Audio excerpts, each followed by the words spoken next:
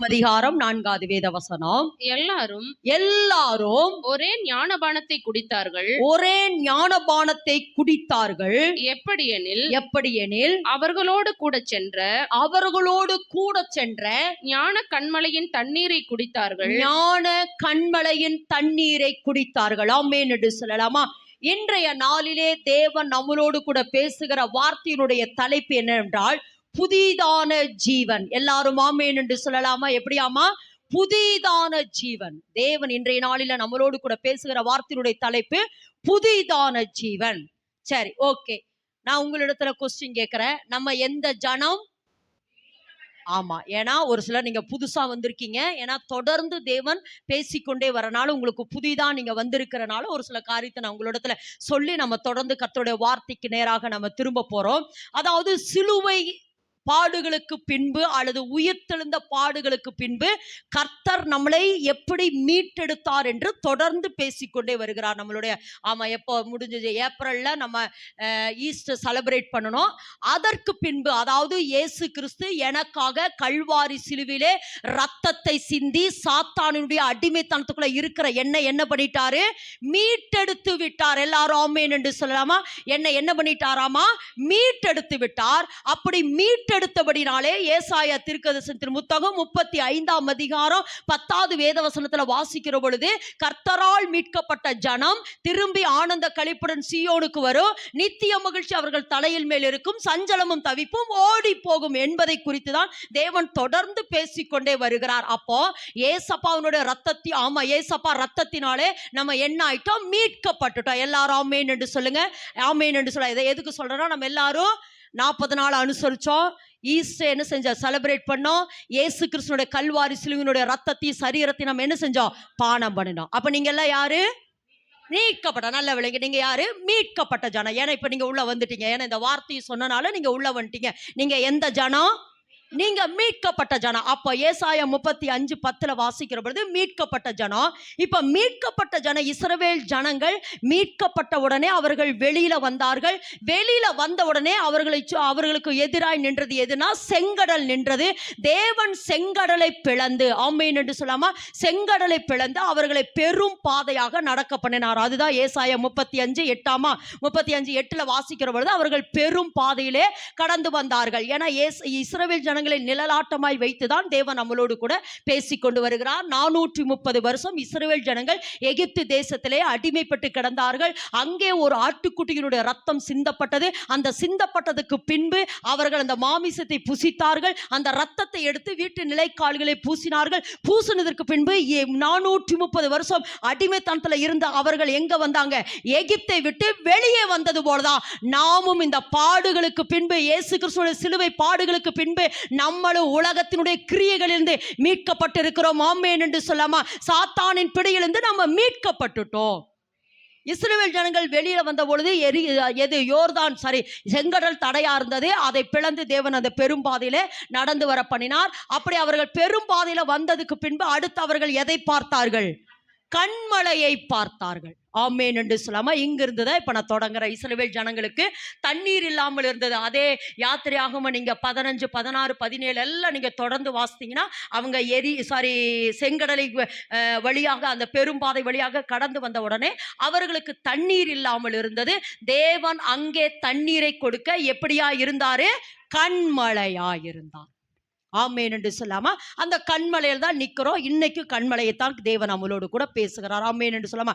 ஏன்னா கடந்த 2-3 வாரமா தொடர்ந்து சொல்லி கொண்டு இருக்கிற கண்மலையில நம்ம முதலாவது என்ன பண்ணணும்? நிற்கணும். கண்மலையில நிற்கணும். அதுக்கப்புறம் வேரூன்ற வேண்டும். ஆமென் என்று சொல்ல அந்த கண்மலை கிறிஸ்துவே. அந்த கண்மலை கிறிஸ்துவே. ஓகே, இதுவரைக்கும் இதுக்கு முன்னாடி பேசின காரியத்தை உங்களோட பேச இன்றைய வாரத்திலிருந்து தேவன் மறுபடியும் அந்த வசனத்தை வாசிமா 1 கொரிந்தியர் 10:4 வாசிப்போம். எல்லாரும் ஒரே ஞானபானத்தை குடித்தார்கள். எப்படியெனில் அவர்களோடு கூட சென்ற ஞான கண்மலையின் தண்ணீரை குடித்தார்கள். அந்த கண்மலை கிறிஸ்துவே. அந்த கண்மலை கிறிஸ்துவே. இதை கடந்த வாரத்திலே சொன்னேன். இஸ்ரவேல் ஜனங்களுக்கு தண்ணீர் இல்லாமல் இருந்தது. அப்ப மோசே அந்த கண்மலையை பார்த்து என்ன செஞ்சாரா? முதல் முறை அடிக்க சொன்னாரு, அடித்தார். 2வது முறை பேச சொன்னாரு. ஆனா மோசே அடித்தார். ஆனாலும் கண்மலையிலிருந்து என்ன வந்தது? தண்ணீர் வந்தது. கண்மலையிலிருந்து என்ன வந்தது? தண்ணீர் வந்தது. நல்லா சொல்லுங்க, கண்மலையிலிருந்து என்ன வந்தது? தண்ணீர் வந்தது. அந்த கண்மலையின் தண்ணீரை இஸ்ரவேல் ஜனங்கள் என்ன செய்தார்களாமா? குடித்தார்கள். அந்த கண்மலையின் தண்ணீரை இஸ்ரவேல் ஜனங்கள் எல்லாரும் என்ன செஞ்சாங்க? குடித்தார்கள். இப்ப நான் கேட்கிற உங்களை பார்த்து, கடந்த வாரம் நம்ம என்ன செய்தோம்? கடந்த வாரம் இல்லைங்க, நானு இல்லப்பா, கடந்த வாரத்துல நம்ம கண்மலையின் தண்ணீரை குடித்தோமா? இயேசு கிறிஸ்துனுடைய ரத்தத்தையும் சரீரத்தையும் நம்ம என்ன பண்ணோம்?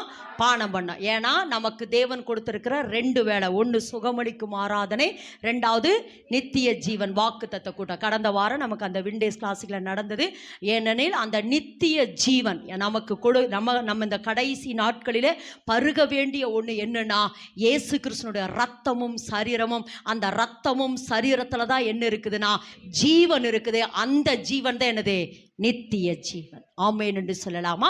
கடந்த வாரத்தில் நம்ம இதை திருவிருந்து, ஆமாம், ஏன்னா ஒவ்வொரு மாதமும் முதல் வியாழக்கிழமை நித்திய ஜீவன் வாக்குத்தத்த கூட்டம் விண்டேஸ் கிளாசிக்ஸ் காந்திபுரம் 2nd ஸ்ட்ரீட்டில் இந்த கூட்டம் தொடர்ந்து நடந்து கொண்டு இருக்கிறது. அந்த கூட்டத்தில் ஒன்லி ஜீவனை குறித்து மட்டும்தான் பேசப்படும். ஜீவன்னா என்ன, அந்த ஜீவன் நமக்குள்ள என்ன வேலை செய்யும், அந்த ஏன் அதை பேர் நித்திய ஜீவனை சொல்கிறோம் அப்படிங்கிறதை குறித்து தான் பேசப்படுகிறது.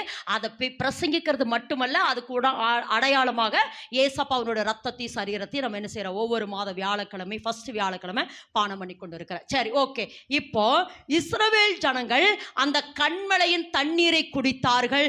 நாமும் ஆண்டவராகிய இயேசு கிறிஸ்து நமக்காக கல்வாரி சிலுவிலே சிந்தின அந்த ரத்தத்தையும் சரீரத்தையும் பானம் பண்ற அடையாளமாக எதை புசிக்கிறோம்? திருவிருந்து, கம்யூனியன். ஏசப்பாவினுடைய ரத்தத்தை சரீரத்தை நம்ம என்ன செய்யறோம்? பானம் பண்றோம். சொல்லுங்க, ஏசப்பா ரத்தத்தை சரீரத்தை என்ன பண்றோம்? பானம் பண்றோம். திரும்ப சொல்றோம், நம்ம யாரு? மீட்கப்பட்ட கூட்டம். சொல்லுங்க, நம்ம யாரு? மீட்கப்பட்ட கூட்டம். நம்ம எந்த பாதையில வந்துட்டோம்? பெரும் பாதைக்குள்ள வந்துட்டோம். பெரும் பாதைக்குள்ள வந்த உடனே நமக்கு அங்க என்ன இருக்கிறது? கண்மலை இருக்கிறது. அந்த கண்மலையில நம்ம நிக்கணும். அந்த கண்மலையில நம்ம வேரூன்றணும். எல்லாவற்றுக்கும் மேலாக அந்த கண்மலையிலிருந்து வடிகிற தண்ணீரை இஸ்ரவேல் ஜனங்கள் என்ன செஞ்சாங்களாமா? குடித்தார்கள். நான் ஏற்கனவே சொல்லியிருக்கிறேன், இஸ்ரவேல் ஜனங்கள் போக போக அந்த கண்மலையும் பின்னாடி என்ன பண்ணிட்டே வந்தாமா? உருண்டு கொண்டே வந்தது. அவர்களோடு கூட சென்ற கண்மலை, அந்த கண்மலை கிறிஸ்துவே. ஓகே. இப்போ இஸ்ரவேல் ஜனங்கள் அந்த கண்மலையிலிருந்து வடிந்த அந்த தண்ணீரை, அல்லது கண்மலை பிளக்கப்பட்டது, அந்த பிளக்கப்பட்ட அந்த கண்மலையிலிருந்து வந்த தண்ணீரை குடித்தது போலதான் நாமும் ஆண்டவராகிய இயேசு கிறிஸ்து சிலுவையிலே நமக்காக மரித்தார், ரத்தத்தை சிந்தினார். அந்த ரத்தத்தை சிந்தினதுக்கு அடையாளமாக அவருடைய ரத்தத்தையும் சரீரத்தையும் நம்ம என்ன செஞ்சோம்? எத்தனை பேர் பானம் பண்ணோம்? எல்லாரும் பானம் பண்ணோமா? எல்லாரும். ஆமா, இயேசு கிறிஸ்துடைய கல்வாரி சிலுவிலே சிந்தின அந்த ரத்தத்தை சரீரத்தை நம்ம எல்லாரும் பானம் பண்ணி இருக்கிறோம். ஆமேன் என்று சொல்லாமா? திருவிருந்து எல்லாரும் நம்ம எடுத்துட்டோம். ஆமேன் என்று சொல்லாமா? இப்ப திருவிருந்து எடுத்ததுக்கு அப்புறம், அல்லது ஏசப்பாவினுடைய ரத்தத்தை சரீரத்தை பானம் பண்ணின எனக்குள்ள இஸ்ரவேல் ஜனங்கள் கண்மலையிலிருந்து வடிந்த அந்த தண்ணீரை குடித்ததுக்கு பின்பு அவங்க வாழ்க்கை எவ்வளவு சேஞ்ச் ஆச்சு? அப்போ ஏசப்பாவுடைய ரத்தத்தை சரீரத்தை பானம் பண்றனால எனக்குள்ளேயே என்ன வரணும்? மாற்றம் வர வேண்டும். என்ன வரணுமாமா? திரும்ப சொல்ற, என்ன வரணுமாமா? மாற்றம் வரணும். இப்ப வாசிப்போம். யோவான் எழுதின சுவிசேஷம் 6ஆம் அதிகாரம் 53ஆம் வசனத்தை வாசிங்க. அதற்கு இயேசு அவர்களை நோக்கி, நீங்கள் மனுஷகுமாரனுடைய மாம்சத்தை புசியாமலும் அவருடைய ரத்தத்தை பானம் பண்ணாமலும் இருந்தால் உங்களுக்குள்ளே ஜீவன் இல்லை. உங்களுக்குள்ளே என்ன இல்ல? ஜீவன் இல்ல என்று மெய்யாகவே உங்களுக்கு சொல்லுகிறேன். என் மாம்சத்தை நல்ல விளங்கமா, என் மாமிசத்தை புசித்து என் ரத்தத்தை பானம் பண்ணுகிறவனுக்கு நித்திய ஜீவன் உண்டு. நான் அவனை கடைசி நாளில் எழுப்புவேன். ஆமென். என் ரத்தத்தையும் என் மாமிசத்தையும் புசிக்கிறவனுக்கு என்ன உண்டாமா? நித்திய ஜீவன் உண்டு. என்ன உண்டு?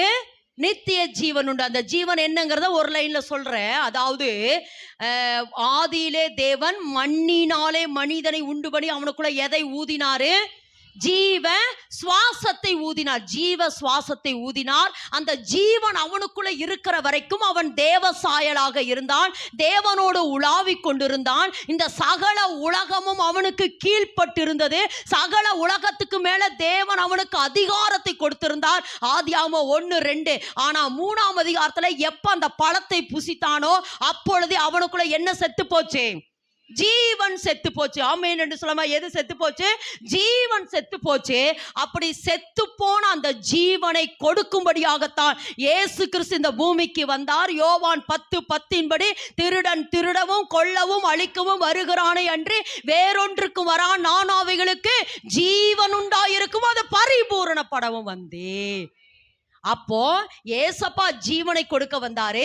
இப்ப இந்த ஜீவன் எனக்குள்ள எப்படி வருதுன்னா, ஏசப்பாவுடைய ரத்தத்தை சரீரத்தை நான் பானம் பண்ண என்ன வருது?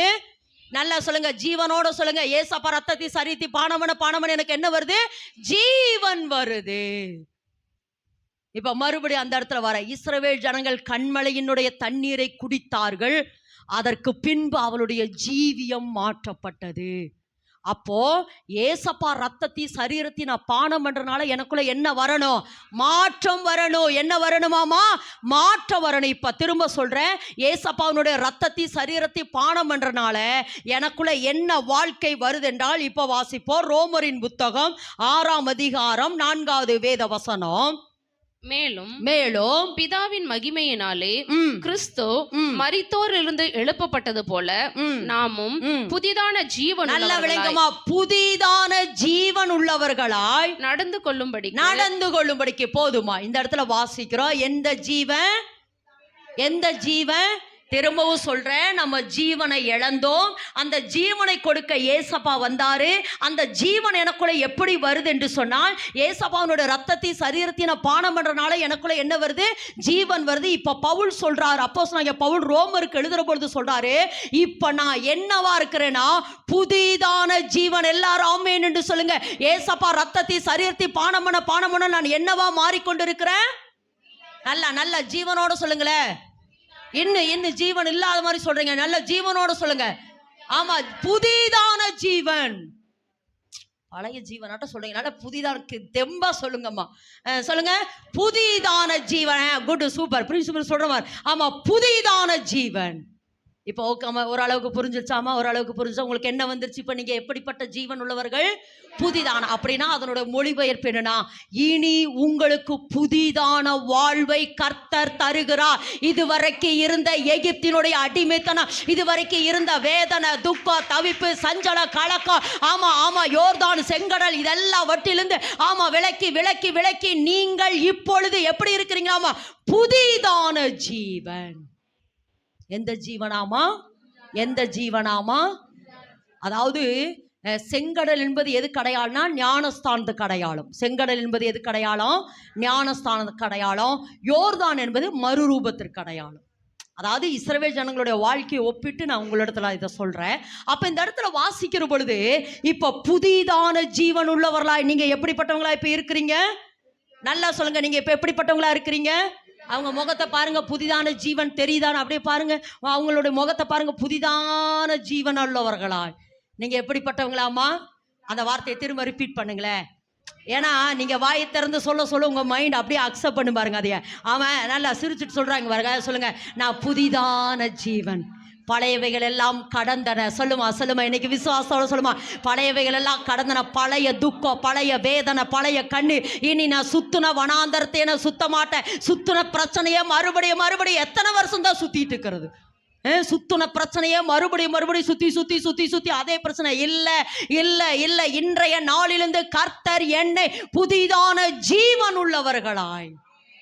நீங்க யாருமா? நல்லா சொல்லுங்களேன். இன்னும் ஒரு சில கண்ணத்துல கை வச்சுட்டே சொல்றீங்க பாருங்க, புதிதான ஜீவன். சொல்லுங்கம்மா, நீங்க எப்படிப்பட்டவங்களாமா?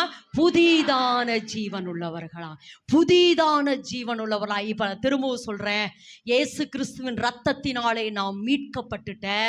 ஒன்று நான் மீட்கப்பட்டது மாத்திரமல்ல, அவருடைய இரத்தத்தையும் சரீரத்தையும் நான் பானம் பண்ண என்னுடைய ஜீவன் என்ன செய்தாமா, புதிதான ஜீவன். என்னுடைய பழைய காரியங்கள் எல்லாம் மாற்றப்பட்டு நான் புதிதான ஜீவன் உள்ளவளாய் மாறிட்டேன். இப்ப நான் புதிதான ஜீவன் உள்ளவளாய் மாறிட்டேன் அப்படின்னா என்னுடைய சரீரத்தில் இருக்கிற எல்லா அவயங்களும், எல்லாரும் ஆமென் என்று சொல்லுவா, என் சரீரத்தில் இருக்கிற எல்லா அவயங்களும் என்னவா மாறிச்சு, என்னவா மாறிச்சு, என்னவா மாறிச்சு, புதிதா மாறிடுச்சு. என்னவா மாறிடுச்சு? அப்ப சொல்லுங்களேன், கண்ணை தொட்டு சொல்லுங்க, என்னுடைய கண்கள் புதிதாயிருச்சு, என்னுடைய வாய் புதிதாயிடுச்சு, என்னுடைய காதுகள் புதிதாயிடுச்சு, என்னுடைய சிந்தை புதிதாயிடுச்சு, என்னுடைய மனம் புதிதாயிடுச்சு, என் அறிவு புதிதாயிடுச்சு. என் மனம், என் அறிவு, என் சிந்தை, என் சித்தம், என் உணர்ச்சி, என் நினைவு, என் இருதயம் எல்லாம், என் ஆவி, என் ஆத்துமா, என் ஐக்கியம், மனசாட்சி, உள்ளுணர்வு, என்னுடைய ரத்த சுற்றோட்ட மண்டலம், என் இனப்பெருக்க மண்டலம், என் எலும்பு மண்டலம், என் நரம்பு மண்டலம், என் தசை மண்டலம், என் சுவாச மண்டலம், என் ஜீரண மண்டலம், எல்லா மண்டலங்களும் புதிதாயிடுச்சு. நல்லா கரந்தட்டுமா? புதிதான ஜீவன் உள்ளவர்களா, புதிதான ஜீவன் உள்ளவர்களா, புதிதான ஜீவன் உள்ளவர்களா, புதிதான ஜீவன் உள்ளவர்களா. ஆமேன் என்று சொல்லலாமா? ஆமேன் என்று சொல்ல திரும்ப சொல்றாமா?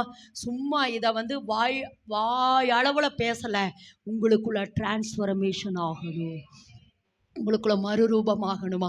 அடிக்கடி இந்த வசனத்தை சொல்லுங்க. ரோமர் 6:4 6 நாள் தானுமா?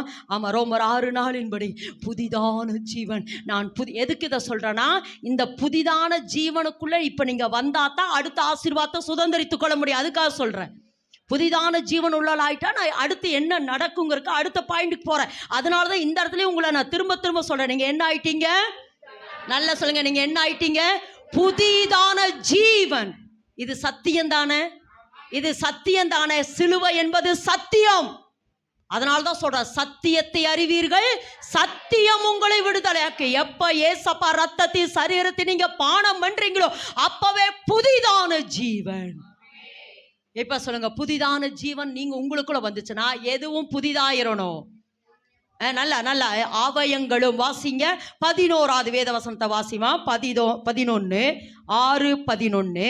அப்படியே நீங்களும் உங்களை பாவத்திற்கு மரித்தவர்களாகவும் நம்முடைய கர்த்தராகிய இயேசு கிறிஸ்துவுக்குள் தேவனுக்கென்று பிழைத்திருக்கிறவர்களாகவும் எண்ணிக்கொள்ளுங்கள். அடுத்து, ஆகையால் நீங்கள் சரீர மறுபடி வாசிமா. 11 மறுபடி வாசிங்க.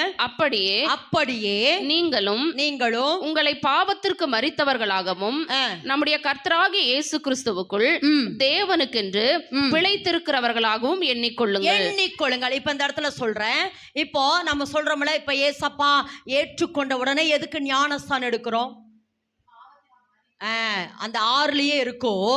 அதாவது ஏசப்பாவை ஏற்றுக்கொண்ட உடனே எதுக்கு நம்ம ஞானஸ்தானம்னா, அது ஒரு சிலர் என்ன சொல்ற ஸ்தானம் இல்லை. ஏன்னா ஞானஸ்தானம் என்பது ஆதாமினுடைய கிரியைகளை நான் அடக்கம் பண்ணுகிறேன் என்ற அர்த்தம். அந்த வசந்தலாமா? ரோமர் 6 பாருங்க, 6:4-5 வரீங்க. 5 வாசிங்க.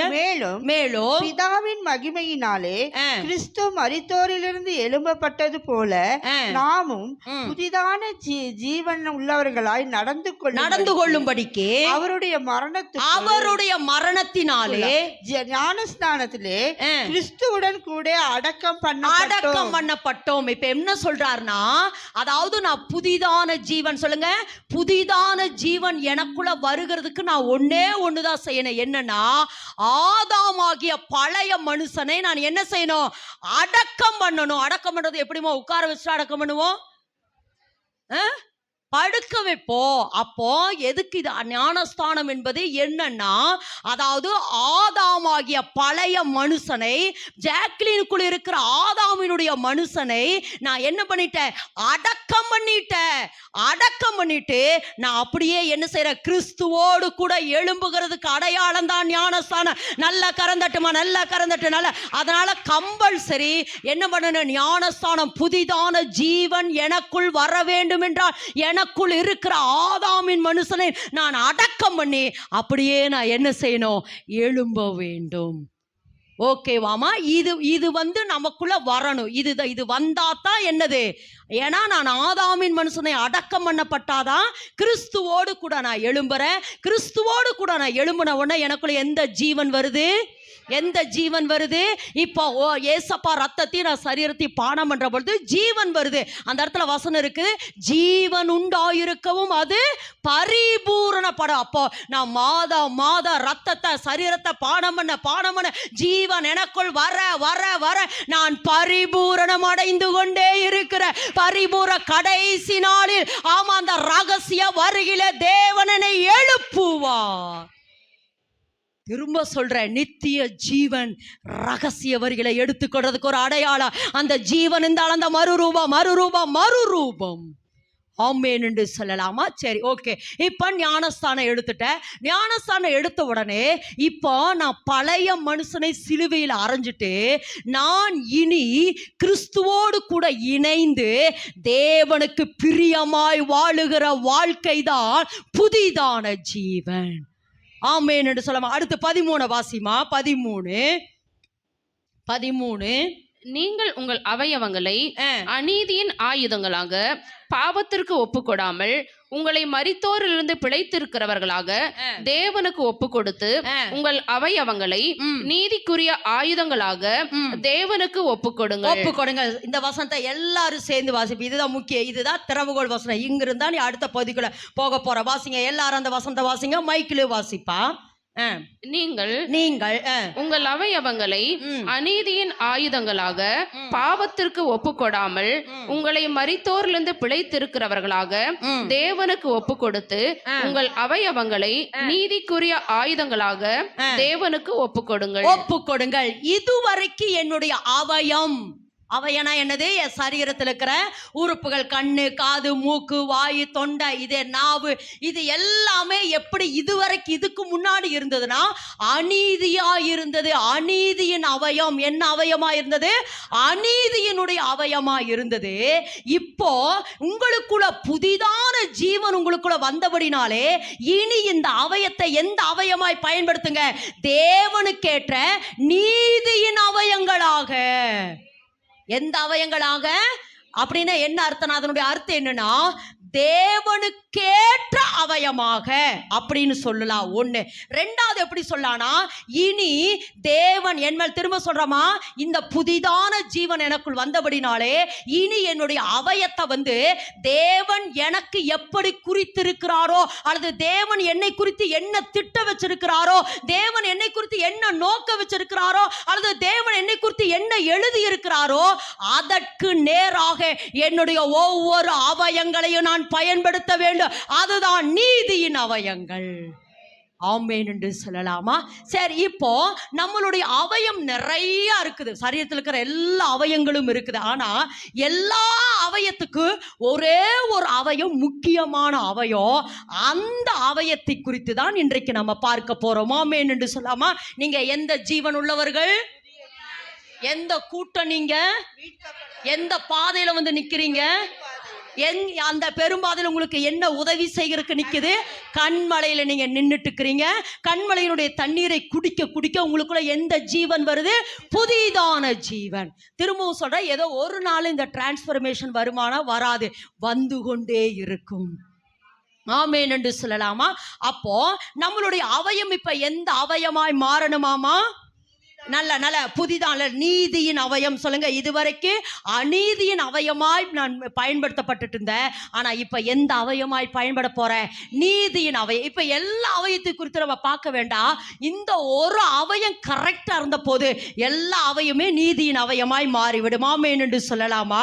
அந்த நீதியின் அநீதியினுடைய அவயம்.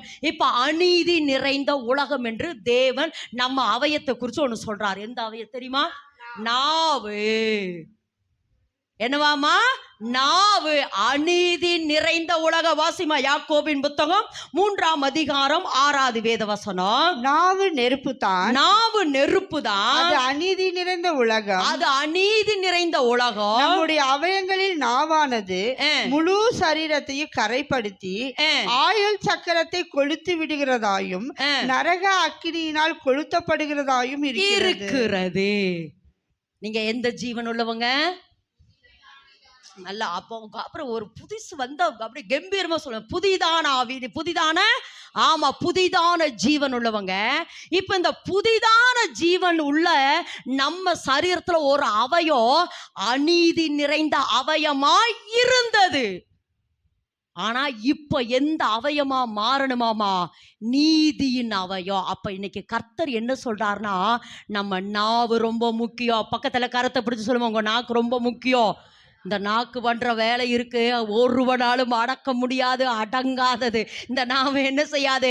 அடங்காது. இது அநீதி நிறைந்தது, இது அநீதி நிறைந்த உலகமா. உலகமே இந்த நாவல தாங்க இருக்குது. அப்படின்னா என்ன சொல்றாங்கன்னா, அந்த நாவை கொண்டு நம்ம வாழ்க்கையை வடிவமைக்க முடியும். உண்மைமா? இந்த நாவை கொண்டு நம்மளுடைய வாழ்க்கையை வடிவமைக்க முடியும். ஏசப்பா செய்யலையா உலகத்தை? ஏசப்பா உலகத்தை என்ன பண்ணாரு? எதை கொண்டு தான் உண்டாக்குனாரு? நாவை கொண்டுதானம்மா. இன்னைக்கு கர்த்தர் சொல்ற இந்த நாவு தாமா. இன்னைக்கு கர்த்தர் சொல்றாரு, பக்கத்துல கருத்தை பிடிச்சு சொல்லுங்க, இன்னைய நாளிலுடைய பிரசங்கத்தை கேட்க வந்த நீங்க பாக்கியவான்கள். ஏன் தெரியுமா? இன்னையிலிருந்து தொடங்குது நம்ம ஓட்டம். ஆமேன் என்று சொல்லாமா? ஏன்னா இந்த நாவை கர்த்தர் இன்றைக்கு பிரதிஷ்டை பண்ண போறார். எல்லாரும் ஆமேன் என்று சொல்ல. இந்த நாவை கர்த்தர் இன்றைக்கு சுத்திகரிக்க போறார். இந்த நாவை அநீதியின் நாவாக இனி இல்லாம நீதியின் அவயமாக கர்த்தர் மாற்ற போகிறார். ஆமேன் என்று சொல்லலாமா? அதாவது அநீதி நிறைந்த உலகம் அப்படின்னா அதனுடைய அர்த்தம் என்னன்னா, இந்த நாவை சாத்தான் கண்ட்ரோல் பண்ணி வச்சிருக்கிறானாமா. இந்த நாவை யார் கண்ட்ரோல் பண்ணி வச்சிருக்கிறான்? யார் கண்ட்ரோல் பண்ணி வச்சிருக்கிறான்? சாத்தான் இந்த இந்த நாவை கண்ட்ரோல் பண்ணி வச்சிருக்கிறான். அவன் தான் கண்ட்ரோல் பண்ணி வச்சிருக்கிறான். ஏன்னா முதல் போய் யாரு சாத்தா யார்கிட்ட பேசினா? ஏவாள்கிட்ட போய் பேசினா. இதை ஒன்று சொல்லுவாங்க தெரியுமா? வார்த்தையை போட்டு வாங்கறா சொல்லுமா? இந்த பிசாசு இதைத்தான் செஞ்சுச்சு.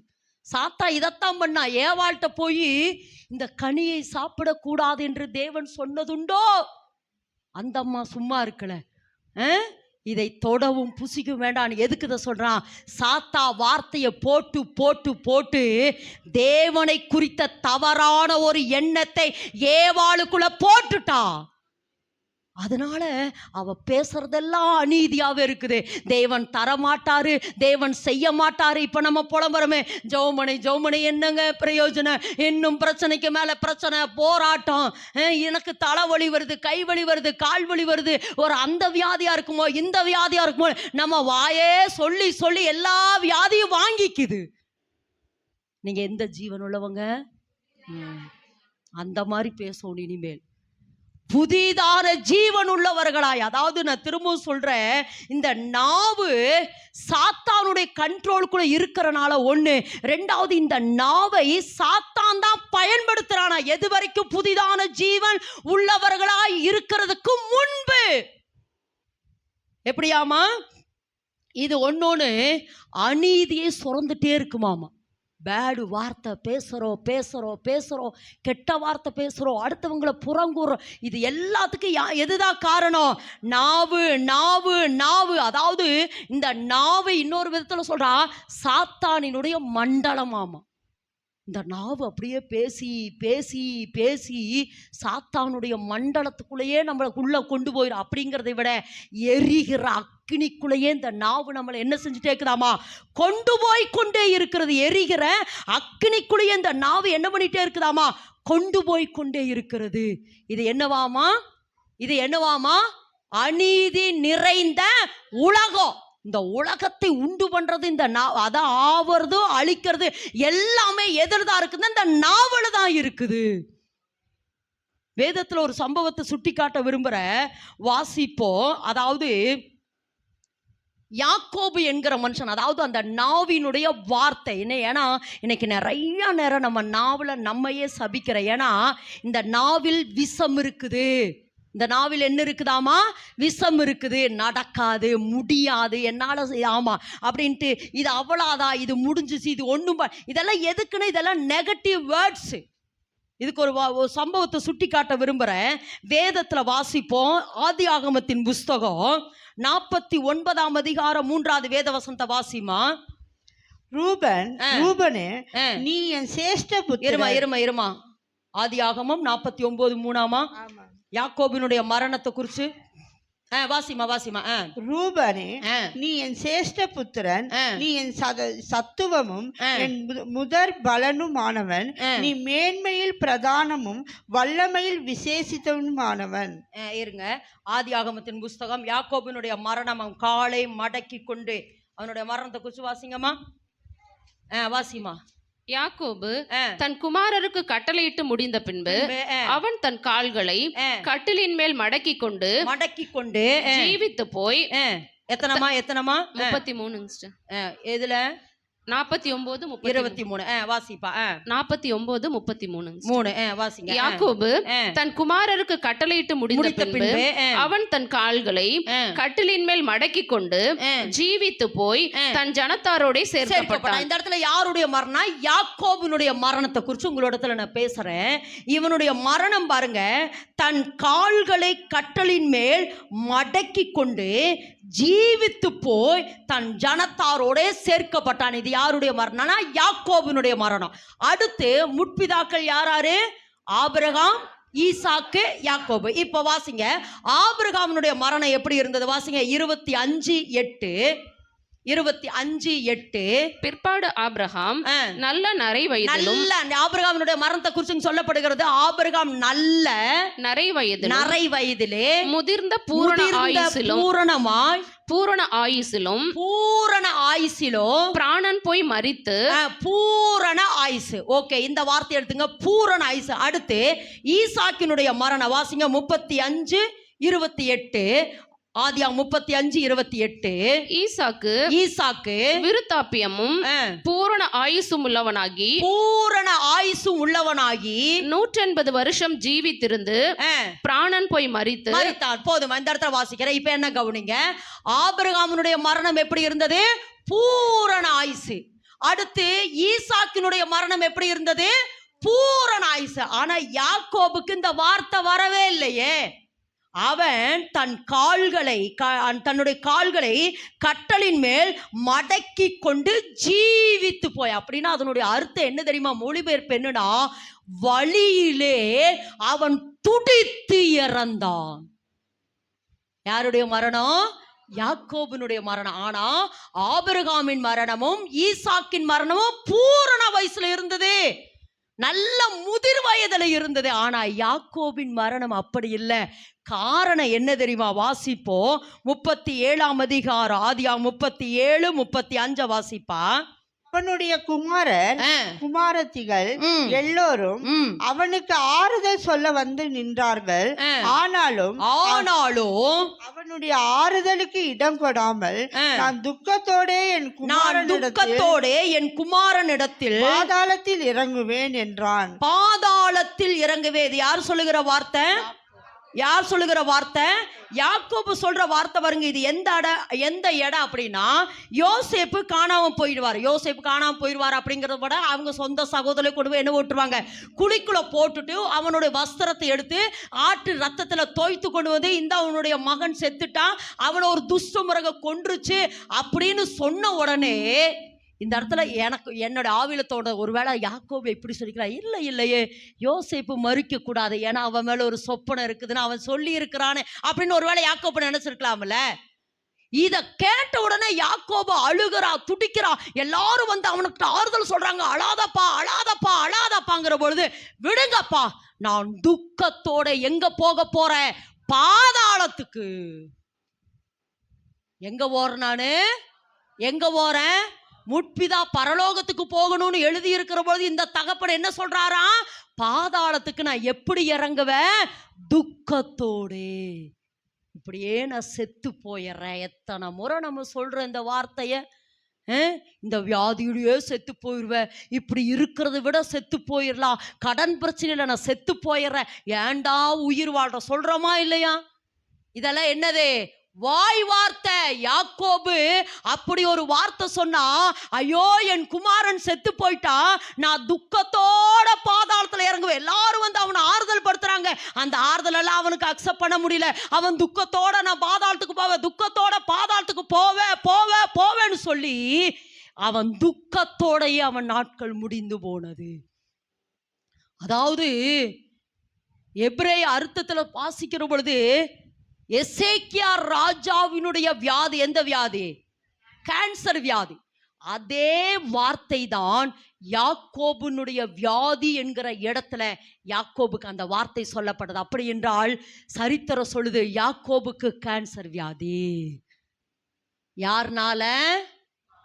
வாய், நாவு, அநீதி நிறைந்த உலகம், நரகம், அது எரிகிற அக்கினி. எதை சொல்லுகிறாய் அது அப்படியே நடக்கிறதுக்கு யாக்கோபினுடைய வாய் அல்லது யாக்கோபினுடைய நாவு அநீதி நிறைந்த உலகமாய் இருந்து அதை அவனே பேசினபடியினாலே அதே வியாதியோடையே மரித்து போகிறவனா அவனுடைய நாட்கள் முடிந்து போனது. என் அன்பு சகோதரனே சகோதரியே, இதுவரைக்கும் நம்ம எந்த அநீதியின் அவயம் சொல்லுங்க, என் நாவு சொல்லுங்க, என் நாவு இதுக்கு முன்னாடி அநீதியின் அவயமாய் இருந்தது. இப்ப புதிதான ஜீவன் எனக்குள் வந்தபடினாலே இனி என் நாவு நீதியின் அவயம். சொல்லுமா, நீதியின் அவயமாய். அந்த வார்த்தை சொல்லுங்க, நீதியின் அவயம். தேவன் என் மேல் என்ன எழுதி வச்சிருக்கிறாரோ அதை நிறைவேற்றுகிறதுக்கு இனி என் நாவை கர்த்தர் பயன்படுத்த போறார். இனி என் நாவு அதற்குத்தான் பயன்பட போகிறது. ஆமென் என்று சொல்லலாமா? ஆமென் என்று சொல்லலாம். திரும்ப சொல்ற, இதுவரைக்கும் இதுக்கு முன்னாடி உங்க நாவு எந்த அவயமா இருந்தது? எந்த அவயமா இருந்தது? எந்த அவயமா இருந்தது? அநீதி. இதுக்கு மேல நம்ம நாவு, அதான் சொல்ல, திரும்ப சொல்லமா, நாவு ரொம்ப முக்கியங்க. சொல்லுங்க சொல்லுங்க, நாவு ரொம்ப முக்கியம். நாவு ரொம்ப முக்கியம். உங்க அவயம் இனி எந்த அவயமா பயன்பட போகுது? நல்ல அந்த வார்த்தை சொல்லுங்க, நீதியின் அவயம். அதான் சொல்றேன், உங்களுடைய கண்ணு, காது, மூக்கு, வாய் அதெல்லாம் அப்புறம் வச்சுக்கலாம். நாவு ரொம்ப முக்கியம். எப்படியாமா? நாவு ரொம்ப முக்கியம். இனி நாவை தான் கர்த்தர் பயன்படுத்த போறார். எதுக்கு தெரியுமா? உங்க சிறையிருப்பு மாறணும்னா உங்க நாவை கர்த்தர் இன்றைக்கு பயன்படுத்த விரும்புகிறார். ஆமென் என்று சொல்லலாமா?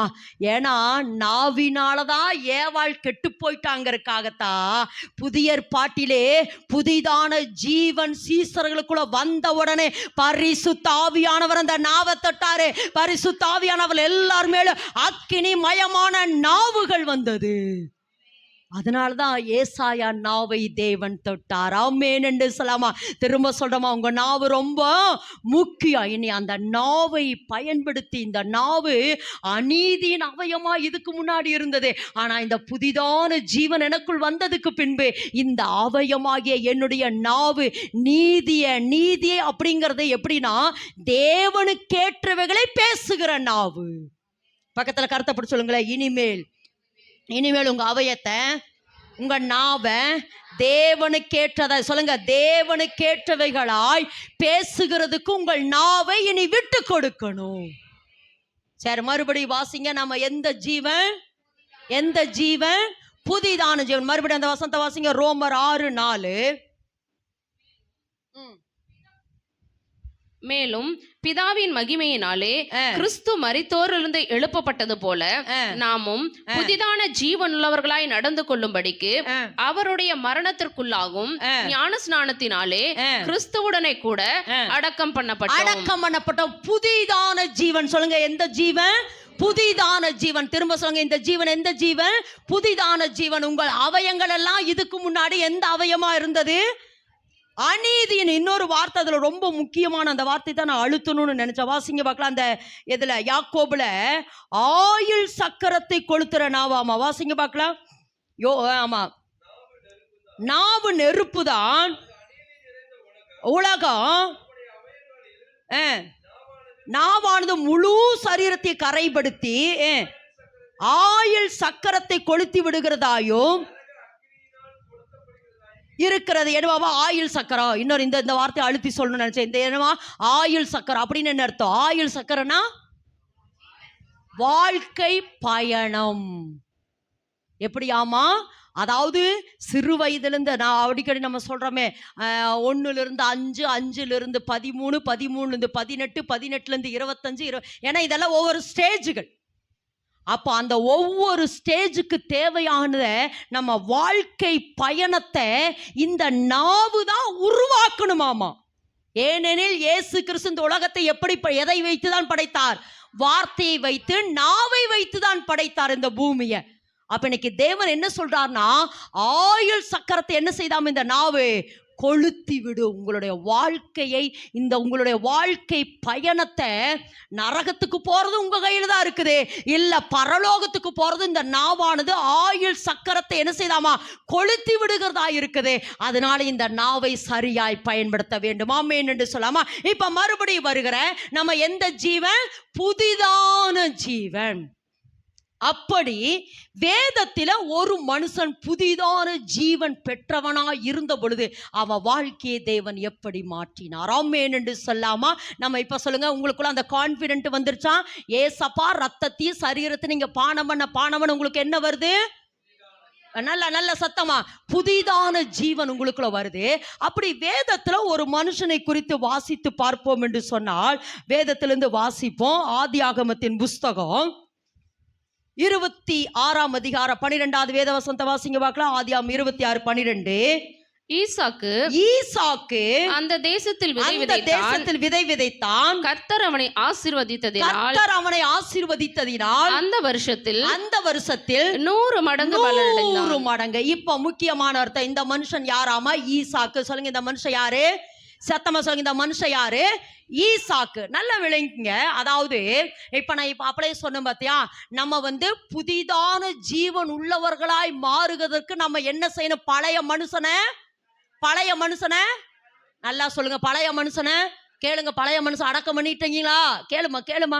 பழைய மனுஷனை அடக்கம் பண்ணிட்டீங்களாமா?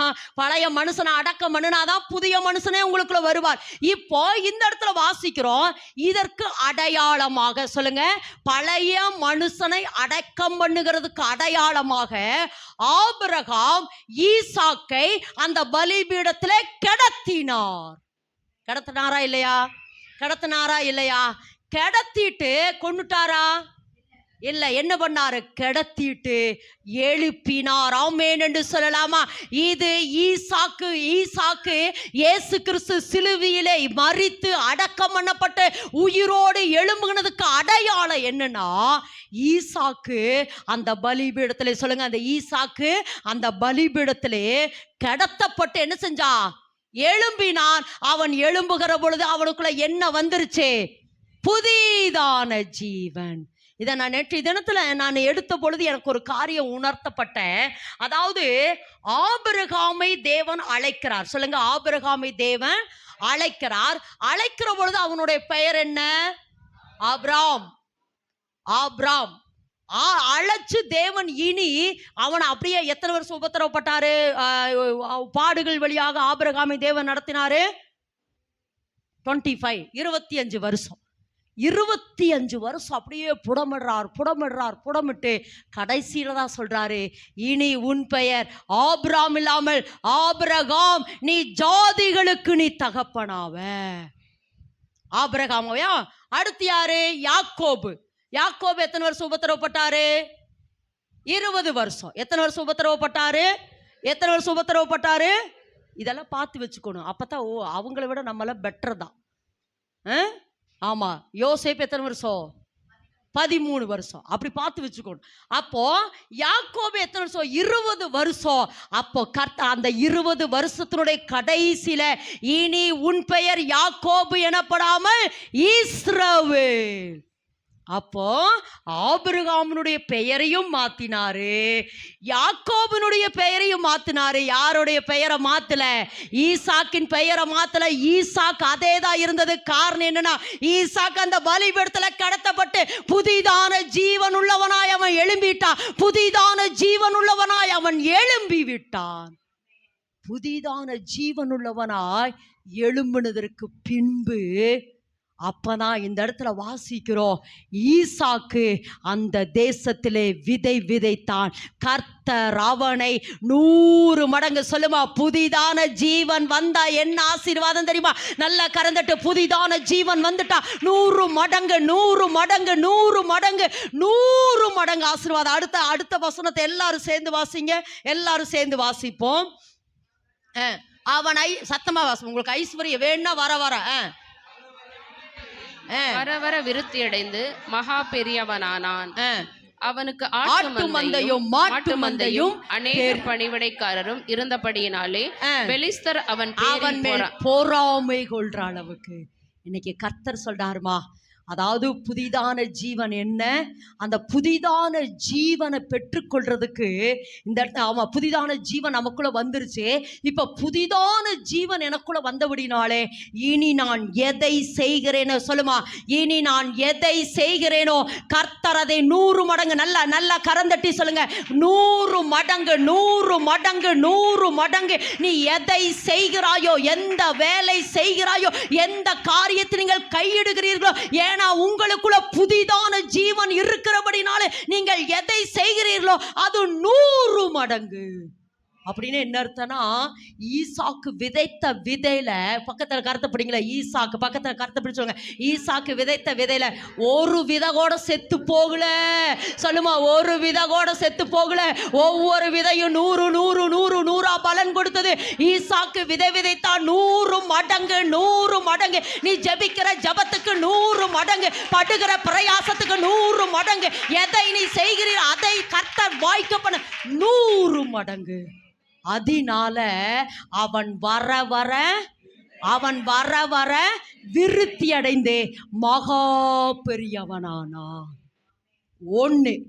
2வது அவன் மகா பெரியவன் ஆயிட்டான். 2வது இவன் போய் என்ன செய்யறானா, ஆபிரகாம் தன் தகப்பனாகிய ஆபிரகாமுடைய துறவை வெற்றா.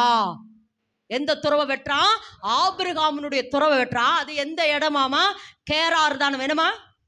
கேராரின் பள்ளத்தாக்கிலே துறவை வெற்றா.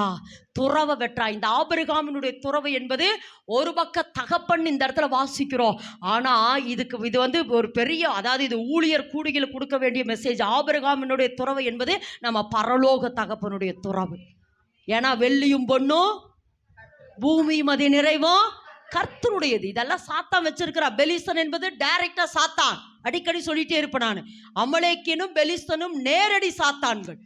அப்போ இவங்க கையில் இருக்கிறது எல்லாம் அப்படின்னு சொல்றதை விட என்னுடையது சொல்லுங்க, என் தகப்பனுடைய ஆசீர்வாதம் எல்லாம் சொல்லுங்க. இனி ஆமா, தரித்திரத்துல நான் இருக்கக்கூடாது, பலவீனத்துல இருக்கக்கூடாது, வியாதியில இருக்கக்கூடாது. சுகம் என்னுடையது. சொல்லுமா, சுகம் என்னுடையது, ஆரோக்கியம் என்னுடையது, லட்சங்கள் என்னுடையது, கோடிகள் என்னுடையது, வெள்ளியும் பொன்னும் என்னுடையது, பூமியும் அது நிறைவும் என்னுடையது.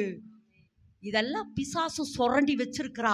ஆனா இன்னைக்கு கர்த்தர் என்ன சொல்றானா, இல்ல மகளே, அதெல்லாம் தோண்டி எடு, அதெல்லாம் தோண்டி எடு, அதெல்லாம் தோண்டி எடு. அதாவது கேரார் பள்ளத்தாக்குல, கேரார் தானுமா, அந்த கோராரும் கேராரும் எனக்கு கொஞ்சம் குழப்பம், அதனால்தான் இந்த கேரார் பள்ளத்தாக்குல போய் அவன் என்ன செய்யறான், ஆமா, அந்த சுரக்கும் நீரூற்றை கண்டார்கள். அந்த வசனம் வாசிமா,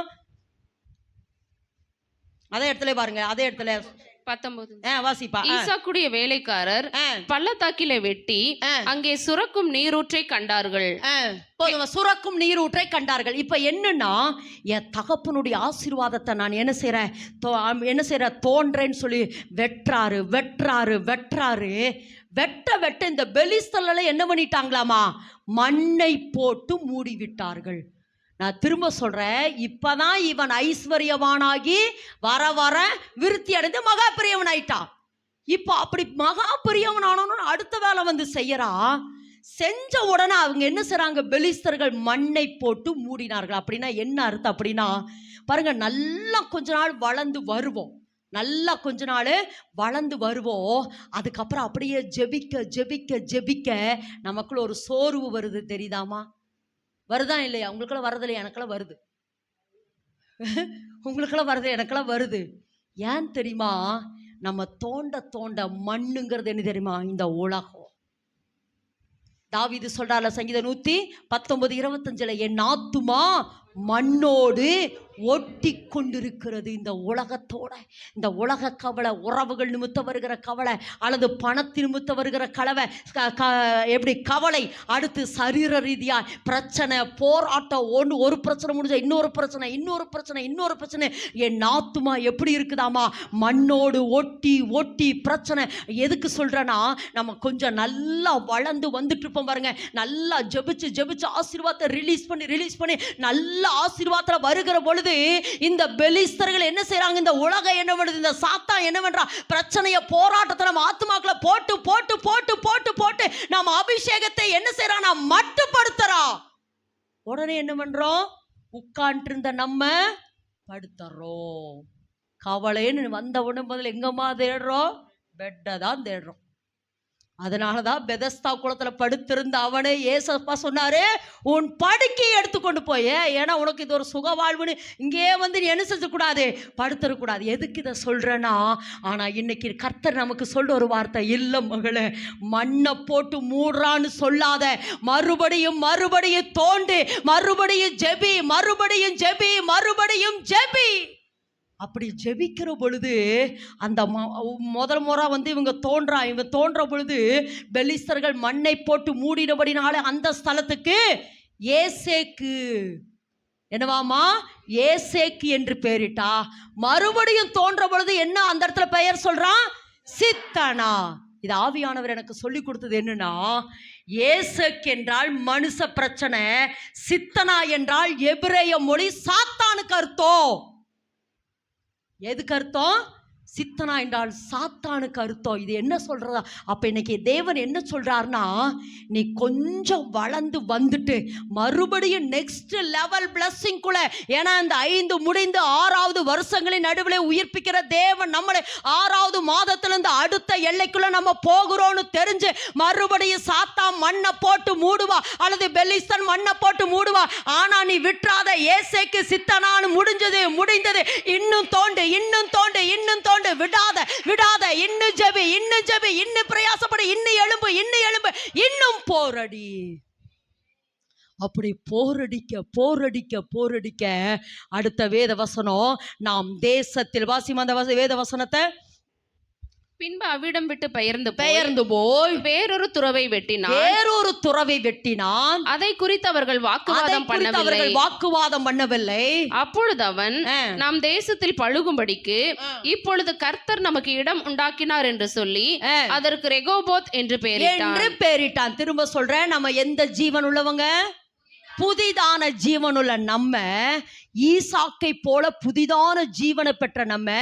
ஈசாக்கு அந்த தேசத்துல விதைத்தான். கர்த்தர் அவனை 100 மடங்கு ஆசீர்வதித்தார். 100 மடங்கு ஆசீர்வதித்ததுக்கு அப்புறம் அவன் என்ன செய்யறான்? சுரக்கிற நீரூற்றை தோன்றான். அப்படி தோன்ற பொழுது பெலிஸ்தர்கள் மண்ணை போட்டு மூடுறாங்க. மண்ணை போட்டு மூடுறாங்களேன்னு இல்ல, மறுபடியும் தோன்றா. ஏசேக்கு முடியுது, சித்தனா முடியுது, மறுபடியும் தோண்டிட்டே இருக்கிற பொழுது, இனி நான் தேசத்தில் பழுகும்படி கர்த்தர் எனக்கு இடம் உண்டாக்கினார் என்று சொல்லி அந்த ஸ்தலத்துக்கு ரெகோபோத் என்று பெயரிட்டான். நம்ம மேல ஒரு தீர்க்க தரிசனம் இருக்குது தெரியுமாமா? ஆமென். நம்ம மேல ஒரு தீர்க்க தரிசனம் இருக்குது. ஆதியாகமம் 1ஆம் அதிகாரம் 26 நீங்கள் பழுகி பெருகி பூமியை நிரப்பி அதை கீழ்ப்படுத்தி ஆண்டு கொள்ளுவீர்கள். இந்த இடத்துல வாசிக்கிறோம், இனி நான் தேசத்தில் பழுக போறேன், இனி நான் தேசத்தில் பழுகும்படி கர்த்தர் எனக்கு என்ன செஞ்சாரா? இடம் உண்டாக்கினார். ஆமென் என்று சொல்லாமா? சரி, முக்கியமான கடைசி எண்டுக்கு வர இந்த இடத்துல வாசிக்கிறோம், முதல் அந்த துறவை தோண்டின பொழுது அந்த துறவுக்கு என்ன பெயர் விட்டான்? ஏசேக்கு. 2வது என்னது? இது எதுக்கு அடையாளம்?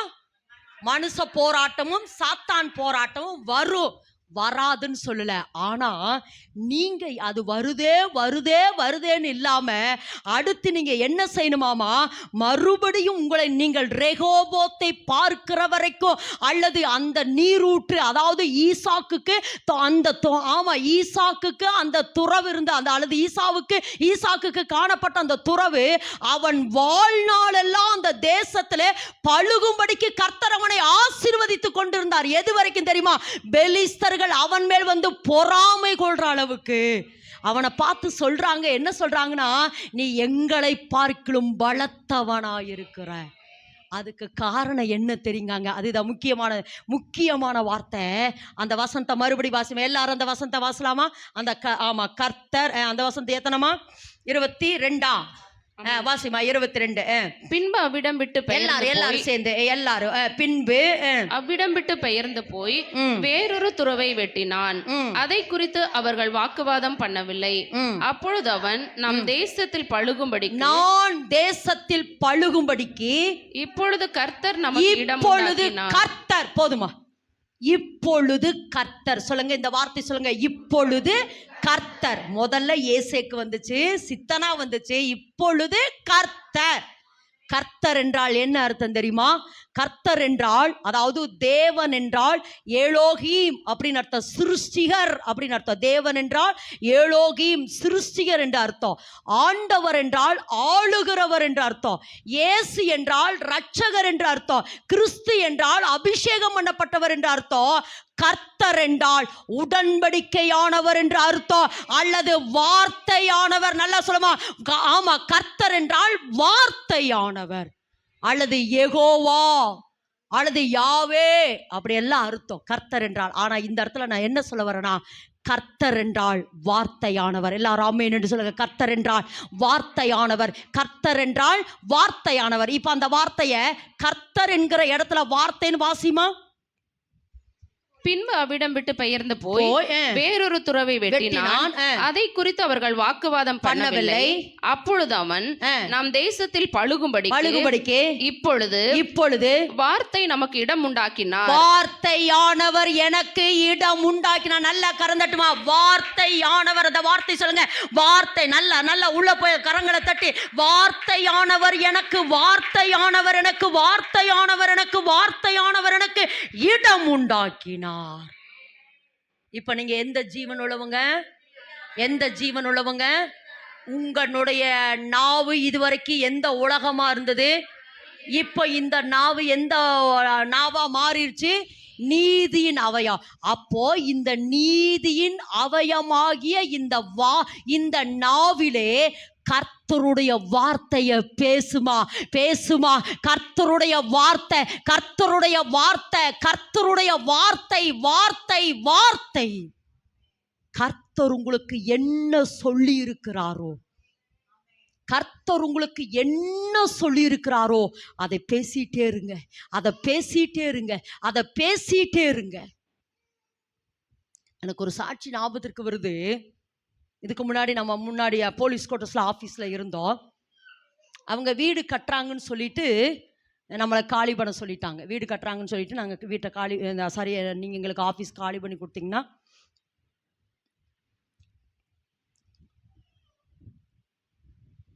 நாங்கள் நீங்கள் காலி பண்ணி கொடுத்தீங்கன்னா நாங்கள் வீட்டை கட்டுறோன்னு சொன்னால அங்கிட்டு இங்கிட்டு எல்லாம் தேடணும். ஆனாலும் என் மைண்டில் ஒன்று ஓடிட்டே இருந்தது. ஏன்னா இதில் நம்ம வாரம் அந்த ஒவ்வொரு வியாழக்கிழமை மீட்டிங் நடத்துவோம். ஆனால் என் மைண்டில் ஓடிட்டே இருந்தது, இந்த இடம் கிடச்சா எனக்கு நல்லா இருக்குமே, இந்த இடம் கிடச்சா எனக்கு நல்லா இருக்குமே. ஏன்னா இப்போ நாங்கள் அந்த ஜீசஸ் ஹால்ஸ் கணபதியில் இருக்கிற அந்த இடத்த பார்த்தோம். அதுவும் 25,000 வாடகை, 25,000 வாடகை. ஏன்னா அங்கே ஜீசஸ் ஹால்ஸ் ஒர்க் பண்ணிட்டு இருந்துச்சு, ஆஃபீஸ் இருந்துச்சு. அவங்க வெக்கேட் பண்ணிட்டு போனால சரி அது ஃப்ரீயாக இருக்குன்னு கேள்விப்பட்டோன்னா சரி அங்கே போய் எடுத்துக்கலாம் அப்படின்னு சொன்னேன். ஆனால் அங்கே போனால் லைட் இல்லை, ஃபேன் இல்லை, சேர் இல்லை, ஏசி இல்லை, பிஎஸ்எஸ் இல்லை, ஒன்றுமே இல்லை. ஆனால் எனக்குள்ள ஒரு உள்ளத்துக்குள்ளே ஒரு ஆசை இருந்துகிட்டே இருக்குது, இந்த இடம் கிடச்சா நல்லாக்குமே, இந்த இடம் கிடச்சா நல்லாக்குமேன்ட்டு நாங்கள் இந்த ஓனர்கிட்ட பேசினா அவர் முடியாதுன்ட்டார். ஏன்னா இங்கே ஒரு 5-6 பிரேயர் ஸ்தலம் இருக்குது. இல்லை சிஸ்டர், எல்லா இடமே ஃபுல் ஆயிடுச்சு, உங்களுக்கு இல்லை இல்லை இல்லை இதே தான் பதில் சொல்லியிருந்தார். ஆனால் ஒரு நாள் நான் அதிகாலையில் ஜெபிக்கிறேன். ஏசப்பா எனக்கு ஒரு வார்த்தை சொன்னார். இதே யாக்கோபின் புத்தகம் வாசிங்க பார்க்கலாம் அந்த வசனத்தை. நீங்கள் யோசிக்கும் இடம் எதுவோ, வாசிமா அந்த வசனத்தை. அதே யாக்கோபு 3:3 வாசிங்க. பாருங்கள், குதிரைகள் நமக்கு கீழ்ப்படியும்படிக்கு அவைகளின் வாய்களில் கடிவாளம் போட்டு அவைகளுடைய முழு சரீரத்தையும் திருப்பி நடத்துகிறோம். கப்பல்களையும் பாருங்கள், அவைகள் மகா பெரியவைகளா இருந்தாலும் கடும் காற்றுகளால் அடிபட்டாலும் அவைகளை நடத்துகிறவன் போகும்படி யோசிக்கும் இடம் எதுவோ,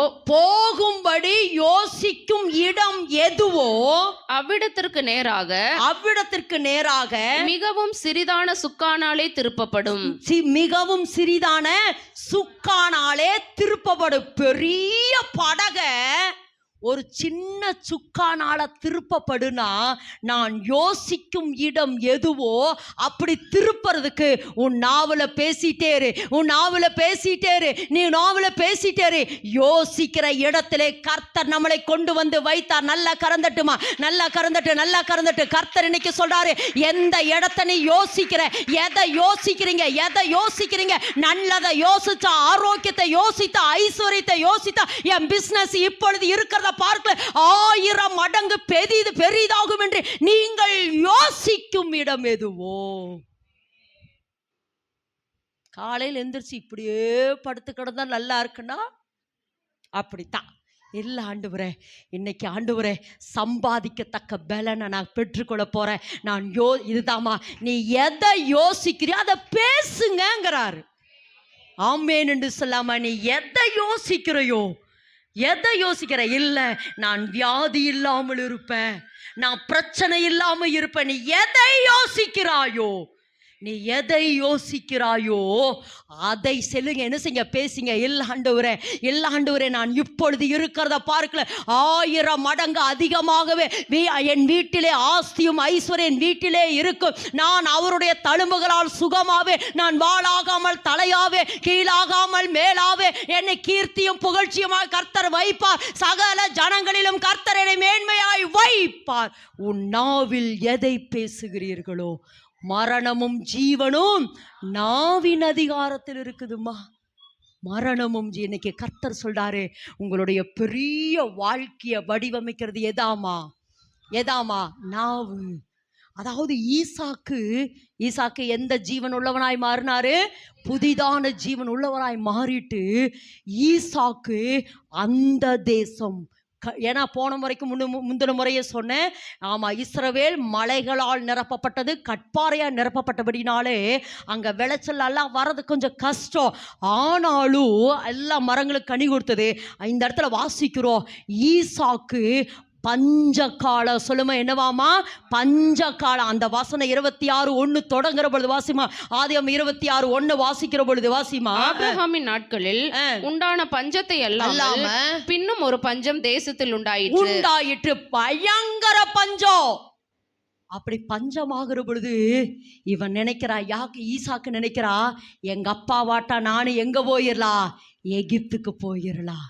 எகிப்துக்கு போலான்னு சொல்லும் பொழுது கர்த்தர் சொன்னா, இல்லை இத்தேசத்திலேயே நீ குடியிரு ஈசாக்கு, இத்தேசத்திலே நீ குடியிரு. இதை நான் எப்படி எடுத்துக்கொண்டேன்னா, உனக்குள்ள இப்ப எந்த ஜீவன் இருக்குது? உனக்குள்ள எந்த ஜீவன் இருக்குது? ஈசாக்கே, நீ எகிப்துக்கு போனாதான் உனக்கு ஆசீர்வாதம் நினைக்காத. நீ இருக்கிற தேசத்திலே நீ உன்னை ஆசீர்வதிப்ப. ஏன்னா உனக்குள்ள புதிதான ஜீவன் வந்துருச்சு. நீ ஜீவனா உள்ளவனா, நீ புதிதான ஜீவன் உள்ளவனா இருக்கிறபடினாலே எகிப்துக்கு போனாதான் உனக்கு ஆசீர்வாதம் இல்லை. அதே தேசத்துல குடியிரு, நான் உன்னை ஆசீர்வதிப்பேன். நீ எதை செய்கிறாய் அதை 100 மடங்கு நான் உனக்கு ஆசீர்வதிப்பேன். ஈசாக்கு அந்த தேசத்திலே விதை விதைத்தான். கர்த்தர் அவனை என்ன செஞ்சாரா? 100 மடங்கு. விதை என்பது நான் ஏற்கனவே உங்களுக்கு பிரசங்கித்திருக்கிற, ஈசாக்கு விதை என்பது என்னது? வார்த்தை. விதை என்பது என்னது? வசனம். விதை எதுக்கு அடையாளமா? அப்போ இன்னைக்கு கர்த்தர் சொல்றாருமா, உங்களுடைய, ஏன்னா திரும்ப சொல்றேன், கேரார் அந்த இடம் கடினமான ஒரு சூழ்நிலை, அல்லது அந்த தேசம் கடினமான சூழ்நிலை, பரவாயில்ல மகளே, இருள் உன்னை சுத்தி இருள் இருக்குதா? கர்த்தர் சொல்றார், வார்த்தையான இயேசு கிறிஸ்து உங்களுக்கு கொடுத்த அந்த வார்த்தையை பேசிட்டேரு. ஏனெனில் வார்த்தையானது ஜீவன் உள்ளதாயோ, அந்த வார்த்தை ஜீவன் உள்ளதாயோ, அந்த வார்த்தையானது வல்லமை உள்ளதாயும் இருக்கிறது. இன்னைக்கு கர்த்தர் சொல்லாமா, இவ்வளோ நெருக்கப்படுறனே, இவ்வளோ உபத்திரவப்படுறனே, இவ்வளோ இல்லை மகளே, கர்த்தர்கிட்ட போய் ஜெபி. கர்த்தர் உங்களுக்கு ஒரு வார்த்தை கொடுத்துருப்பார்ல, அந்த வார்த்தையை அப்ளை பண்ணிட்டே இருங்க. ஏன்னா கடந்த முறையே சொன்னேன், மோசேட்ட கர்த்தர் அந்த கண்மலையை பார்த்து ஒரு முறை அடிக்க சொன்னார், 2வது முறை என்ன சொன்னாரு? பேச சொன்னாரு. 2வது முறை பேச சொன்னார். முதல் முறை கிறிஸ்து அடிக்கப்பட்டது கிடையாலும், 2வது அந்த கண்மலையை பார்த்து பேசிட்டேரு. இது எனக்கு வேணும் ஆண்டவரே, இது எனக்கு வேணும். ஏன்னா திரும்பவும் சொல்றேன், இஸ்ரவேல் ஜனங்களுக்கு தேவையானதை கொடுக்கும்படியாய் கண்மலை அவர்கள் கூடயே சென்றதே. இன்னைக்கு கர்த்தர் சொல்றாருமா, உனக்கு வேண்டியதை பேசிட்டே இரு, பேசிட்டே இரு, பேசிட்டே இரு, பேசிட்டே இரு. ஏன்னா நீ பேச பேச பேச, ஏன்னா திரும்ப சொல்ற, உனக்குள்ள புதிதான ஜீவன் இருக்கிறபடினால அந்த ஜீவ வசனத்தை பேச பேச பேச உனக்கு வேண்டியதை அந்த கண்மலை கொடுத்தே தீரும். இன்னொரு வசனம் இருக்கு, நீதிமானுடைய வாய் ஜீவ ஊற்று. இப்ப என்ன செய்யறாரு? கர்த்தர் எனக்கு இடம் உண்டாக்கிட்டார், பேசிட்டாரு. ஈசாக்கு சொல்றாரு, கர்த்தர் எனக்கு இடம் உண்டாக்கிட்டாரு. வார்த்தை எனக்கு இடம் உண்டாக்கிருச்சு. வார்த்தையானவர் எனக்கு இடம் உண்டாக்கிட்டார். உடன்படிக்கையானவர் எனக்கு இடம் உண்டாக்கினார். இனி ஏசேக்கு அல்ல, இனி சித்தனா அல்ல, இனி நான் தேசத்தில் பழுகும்படி எனக்கு ரெகோபோத், சொல்லுமா, ரெகோபோத் ஜீவ ஊற்று, ரெகோபோத் ஜீவ ஊற்று, ரெகோபோத் ஜீவ ஊற்று, சுரக்கும் நீர் ஊற்றை அங்கே அவர்கள் கண்டார்கள். நீர் சுரந்தது, நீர் சுரந்தது, நீர் சுரந்தது. இன்னைக்கு கர்த்தர் சொல்றார், உன் நாவுல ஜீவ இருக்குது, உன் நாவுல ஜீவன் இருக்குது, உன் நாவுல ஜீவன் இருக்குது. ஜீவ ஊற்று, ஜீவ ஊற்று. நான் கொடுக்கும் தண்ணீரை குடிக்கிறவனோ அவனுக்குள்ளே நித்திய ஜீவ காலமாய் ஊறுகிற நீரூற்று வாயில தான் இருக்குது, நீரூற்று வாயில தாமா இருக்குது. பேசிட்டே இரு மகளே, பேசிட்டே இரு. திரும்ப சொல்ற, அநீதியான காரியத்தை பேசி சாத்தா மண்டலத்துக்குள்ள போயிடாதீங்க. ஆனா நீதியை பேசி பேசி இன்னைக்கு கர்த்தர் சொல்றார், உங்க வாழ்க்கையை வடிவமைக்கிறது வார்த்தையை பேசு. ஏசப்பா சொன்ன வார்த்தையை பேசு, வசனத்தை பேசு, சூழ்நிலையில வசனத்தை பேசு. என்னை வாளாக்காமல் அவர் தலையாக்குவார், நான் கீழாக்காமல் மேலாக்குவேன். என் சத்துருக்களுக்கு முன்பாக எனக்கு ஒரு பந்தி அவர் ஆயத்தப்படுத்துவார். என் தலையை எண்ணெயால் அபிஷேகம் பண்ணுவார். என் பாத்திரம் நிரம்பி வழியும். சொல்லிட்டே இரு, சொல்லிட்டே இரு. ஜீவ ஊற்று, ஜீவ ஊற்று, ஜீவ ஊற்று உங்களுக்குள்ள உங்களுக்குள்ள உங்களுக்குள்ள எழும்பிக் கொண்டே இருக்கும். அதனால்தான் வாசிக்கிறோம் உபாகம் 8:3, மனுஷன் அப்பத்தினாலே மாத்திரமல்ல தேவனுடைய வாயிலிருந்து புறப்படுகிற வார்த்தையினால பிழைப்பான், வார்த்தையினால பிழைப்பான், வார்த்தையினால பிழைப்பான். இன்னைக்கு கர்த்தர் சொல்லமா, வசனத்தை பேசு மகளே. ஏன்னா வசனம் வெளிச்சத்துக்கு அடையாளம். ஆமென் சொல்லலாம். ஒருவேளை வாழ்க்கை இருளுக்குள்ள இருந்ததுன்னா, வாழ்க்கை ஒருவேளை இருளுக்குள்ள இருந்ததுன்னா, இருளாகி அந்த சூழ்நிலையில வெளிச்சமாகிய வசனத்தை பேச பேச இருளாக இருக்கிறவங்க வாழ்க்கை வெளிச்சமாகும். ஆமென் என்று சொல்லாமா. இன்னைக்கு கர்த்தர் சொல்றா, சுரக்கிற நீரூற்று எங்கதான் இருக்கு பாருங்க. அந்த நாவல, அந்த நாவை பாருங்க, சுரக்கிற நீரூற்றுங்க. உண்மைமா, சுரக்கிற நீரூற்று. வாசிங்க அந்த வசந்த வாசி ஜெபிக்க போற 10:11 நீதிமொழிகள் 10:11. 10:11. நீதிமானுடைய வாய் ஜீவ ஊற்று. நல்ல சொல்லுங்க, நீதிமான். நீங்க யாருமா? ஏன் நீதிமான்? புதிதான வாழ்க்கை. முக்கியமா சொல்லுங்க, ஏசப்பா ரத்தத்தினாலே நான் கழுவப்பட்டபடினாலே நான் யாரு? நீதிமான். சொல்லுங்க, நீங்க யாரு? நீங்க யாரு? நீங்க யாரு? ஆமா, நிறைய பேர் வசனத்தை தேடுறீங்க. மறுபடியும் வாசிமா. நீதிமானுடைய வாய். நீதிமொழிகள் 10ஆம் அதிகாரம் 11வது வேத வசனம். நீதிமானுடைய வாய், நீதிமானுடைய வாய் ஜீவ ஊற்று. நல்லா சொல்லுங்க அந்த வார்த்தை எல்லாரும் சொல்லுங்க. நீதிமானுடைய வாய், நீதிமானுடைய வாய். சொல்லுங்க, என்னுடைய வாய்.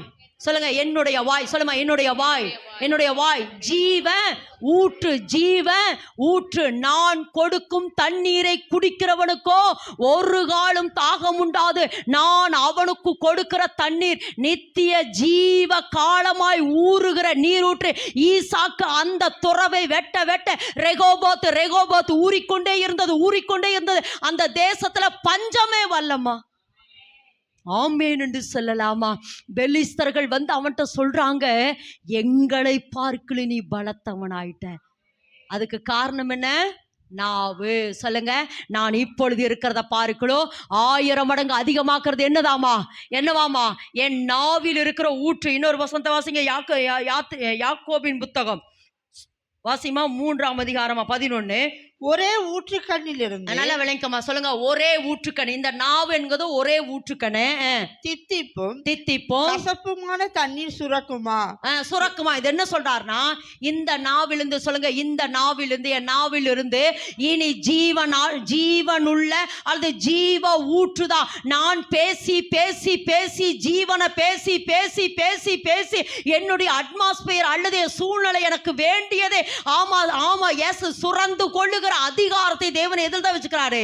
என் நாவல தான் வச்சுக்கிறார். ஆமென் என்று சொல்லாமா. அப்ப இன்னைக்கு கர்த்தர் சொல்றாருமா, கர்த்தர் சொல்ற, திரும்ப கடைசியா சொல்லி முடிக்கிறேன். நான் எந்த ஜீவன் உள்ளவள்? ஏன் புதிதான ஜீவன் உள்ளவள் நானு? ஏசப்பா ரத்தத்தை சரீரத்தின பானமிடனால புதிதான ஜீவன். இப்ப புதிதான ஜீவன் உள்ளவளாய் நான் மாறினதற்கு வேதத்தில் ஒரு அடையாளம். மனுஷன் யார்னா ஈசாக்கு புதிதான ஜீவன் உள்ளவனாய் இருந்தபடியினாலே தேவன் சொல்றாரு, இங்க பாரு, பஞ்சத்தை கண்டு ஓடாத, இந்த பஞ்சத்திலையும் நான் உனக்கு என்ன செய்வேன், 100 மடங்கு ஆசீர்வாதத்தை தருவேன் என்று தேவன் ஈசாக்குக்கு 100 மடங்கு ஆசீர்வாதத்தை கொடுத்தார். எத்தனை மடங்கு? 100 மடங்கு ஆசீர்வாதத்தை சொன்னா. கடினமான சூழ்நிலையில அவன் எதை செய்தானோ கர்த்தர் அவனை வாய்க்க பண்ணி தேசத்தில் அவனை பலத்தவனாய், தேசத்தில் அவனை பழுகி பெருகி பூமியை நிரப்பத்தக்கதா தேவன் அவனுக்கு ரெகோபோத் என்கிற ஊற்றை உண்டு பண்ணார். எல்லாரும் அப்படி இருக்கிற இடத்துல எழும்பி நிற்கலாமா? இன்னைக்கு கர்த்தர் சொல்றாருமா, இன்னைக்கு